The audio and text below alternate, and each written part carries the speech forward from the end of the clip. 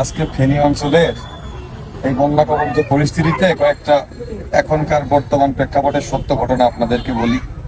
শারীরিকভাবে তো খুব অসুস্থ হয়ে গেছি।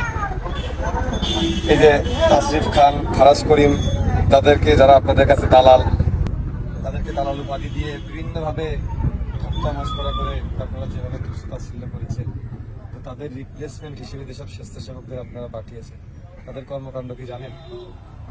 তারা প্রথমে নৌকা নিয়ে আসছে, তাদের নৌকা অন্য মানুষের নামায় তারা ভিডিও করে। সাপোজ তাদের একটা স্পিড বোটে 6 জনের ক্যাপাসিটি, তারাই 5 জন যাচ্ছে, সাথে করে একজন নিয়ে আসছে।